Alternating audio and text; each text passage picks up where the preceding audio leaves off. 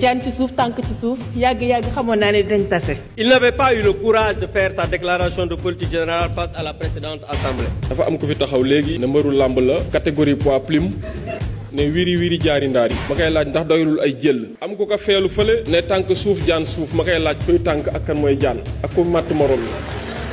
Monsieur le ministre de l'hôpital de Ourossogui qu'on devrait inaugurer au mois de décembre, vous avez arrêté les travaux.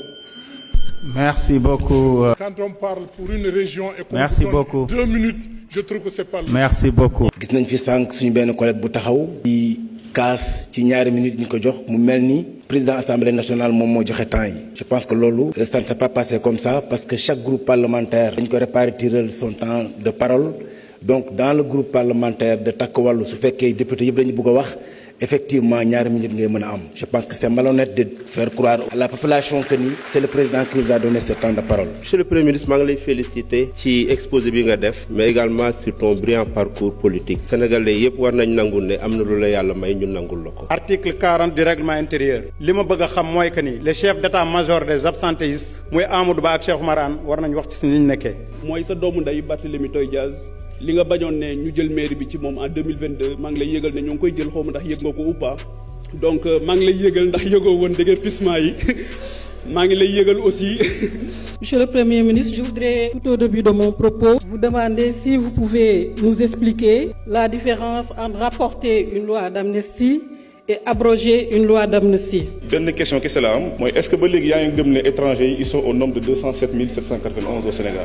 Monsieur le Premier ministre ma bëgg a xam ñun jigéen ñi luñ la def. En date du 9 avril 2024, où il est indiqué que la jeunesse, l'éducation, la formation, l'entrepreneuriat et l'emploi des jeunes et des femmes figurent en tête des priorités de l'action gouvernementale. Donc kooku doon wax ne dañoo fàtte famille maa ngi koy delloo si conseil du ministre du 9 avril 2024. Et les Sénégalais n'en peuvent plus de visionner vos voirs quotidiens qui leur prouvent que vous êtes un homme qui ne nous a pas dit la vérité par rapport à la situation du pays et des finances publiques. lii chanteur bi doon wax picc ndoo bi njaay ramato bi da ciy naawandoo rek waaye xam nga ne majorité écrasante bi ramato suppléant boobu da ciy naawandoo rek. am nga nit moom bu dëngee ba mel ni garabu yoo wala mu raw garabu yoo da nga koy jox ñaari sonkomol ñetti joomaay silim bàyyi ko mu dem yoonam.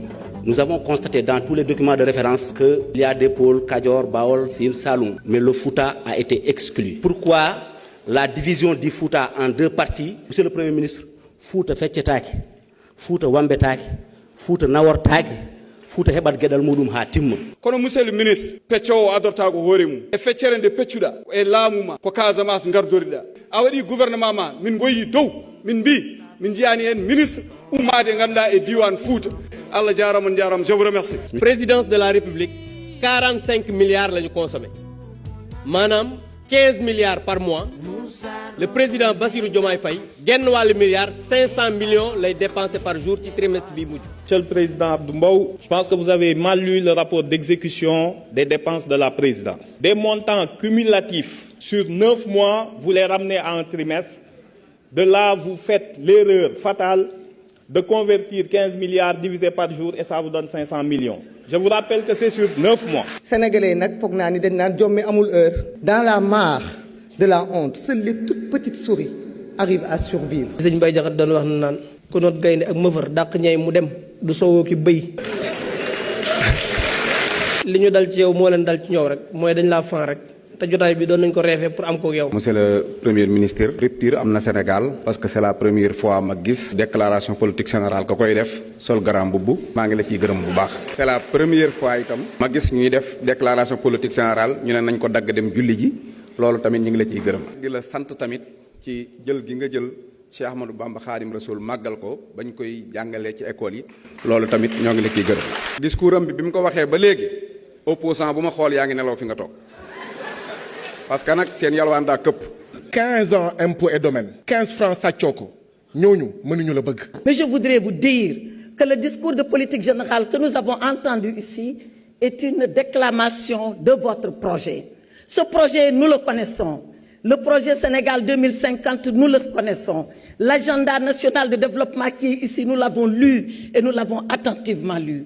Il contient beaucoup de promesses, mais il contient beaucoup de lacunes. On en a évoqué quelques-unes. On aura l'occasion d'aller dans le fond de ces lacunes. si weer yee ci ginnaaw. ñoom ñoo bëggoon fixer élection yi ñu indi ko décembre 2024 suñu sañoon élection yi du am tey am na koo xam ne ku fi jóge léegi moo fi indi woon loi d'amnistie moo doon avocat bi defaan fi loi d'amnistie te nee nga diñ ko dindi moo tax seen gémmiñ toj na moo tax du ñu wax jàmm jërëjëf. jërëjëf honorable député. C'est un constat. Aucun député ici présent, qu'il soit de la majorité ou de l'opposition, n'a remis en question ses orientations et la déclinaison des politiques publiques pour les 5 prochaines années. Aucun. Puisqu'on parle de rapport à la vérité. Qu'est-ce qu'il y a de plus malsain en termes de rapport à la vérité que de mentir à tout son peuple, de mentir aux partenaires internationaux, en leur cachant les véritables chiffres pour pouvoir continuer à endetter le Sénégal et ce qui nous met aujourd'hui dans la situation fâcheuse dans laquelle on se trouve. Il y a des gens qui devraient avoir honte de parler. Les responsables de cette situation, ils sont là, dans cette salle. Vous les sentez perdus. Vous savez, quand on n'a pas grand-chose à dire, il faut dire gongo, c'est bon. Ça fait partie de la grandeur. Comme savent le faire mes amis les avocats, simplement, monsieur le ministre, je n'ai rien à vous dire, tout est bon. Je n'ai peur d'aucun député. J'ai été député ici à l'Assemblée nationale, où vous étiez 127 et j'étais seul. Je vous avais assuré que vous ne censurerez jamais et que vous serez censuré. yaay mel na ñu liw de te di ngeen yàgg liw nag waaye fu ngeen mujje du kat appui de waaye biir bi ngeen moo lay fas ci suuf. Il faut apprendre de vos erreurs et revenir à la raison. suñu gaz gii ñu am BP ne leen seet leen ñaata ngeen ci soxla ngeen wax ma ñu ne non non ñun soxlawuñ ci dara duñ ko weddi ñun soxlawuñ ci dara dañuy xaar yaakaar teranga yaakaar ñoom seen lépp yaakaar la nañu bàyyi di politiquer région ak waaso fii ñun ñëpp fu tànke lañu nañu bàyyi wax yooyu amul njëriñ yooyu c'est des détails affaire pôle yi c'est de la désinformation il faut arrêter ça vous ne rendez pas service au Fouta le Fouta est partie intégrante du Sénégal Sénégal benn la olof séeréer joola keneen ak kenn ñun ñëpp benn lañu. La question des femmes lu musuta am on a alloué 20% des intrants aux femmes agriculteurs. Madame le ministre créé na temps yële benn structure boo xam ne uniquement c'est pour l'encadrement des femmes et leur leadership. Madame Diack, honorable député, les femmes du Sénégal sont très conscientes. Vous avez été à 2 élections. Si les femmes avaient voté pour vous, vous serez président de la République.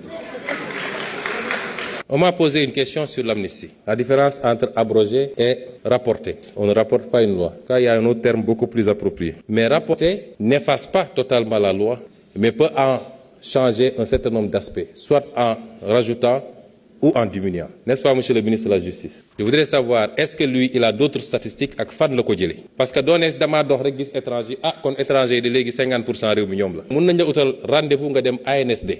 Mun naa la ko utal demain. Recensement bi mooy 5e recensement général de la population et de l'habitat. La méthode n'est peut-être pas complète parce que le système est déclaratif. Mais système boobu moo ñu jox ne ñun 18 millions lañu. Que ñun réewu ay tukkikat lañu. su ma juumul yow monsieur Sarr mos ngaa émigré. te gis ngeen li xew barki démb réew mu mel ni Guinée ak Sierra Leone te lan moo ko andi mooy ñii jàpp nañ ni seeni waa réew dañ leen a néewal doole fële ñoom ñi jóg attaqué ñële nañu def attention dañu ne woon loi d'amnistie bi dañ koo négocier mu méngoowul ak dëgg maa nga woon fa ma ne woon ci sama hôtel 5 étoiles bi Ayib Daffé ngi nii ne leen voter contre cette loi parce qu'on n'acceptera jamais une loi qui absout ay nit yoo xam ne la ñu def lu garaaw la ñu génn ne loi d'amnistie bi de toute façon voté nañ ko ba pare ça a bénéficié à Pastef waaw léegi Pastef la bénéficié woon Pastef bëggatul bëggul kon lan moo fi jar tëbëg ñii naan kenn mënu ko abroger parce qu'il y a déedéet man nga doon may bëggatuma nañu génne loi d'amnistie bi ñun ñëpp ñu dem uyu ji nañu génne loi d'amnistie bi fi jar a ragal. Monsieur Mbow, vous aggravez votre cas kenn mënu laa sauver lii problème bi mooy doo wax loo xam wala loo maîtriser. Enfin, dernier amalgame yow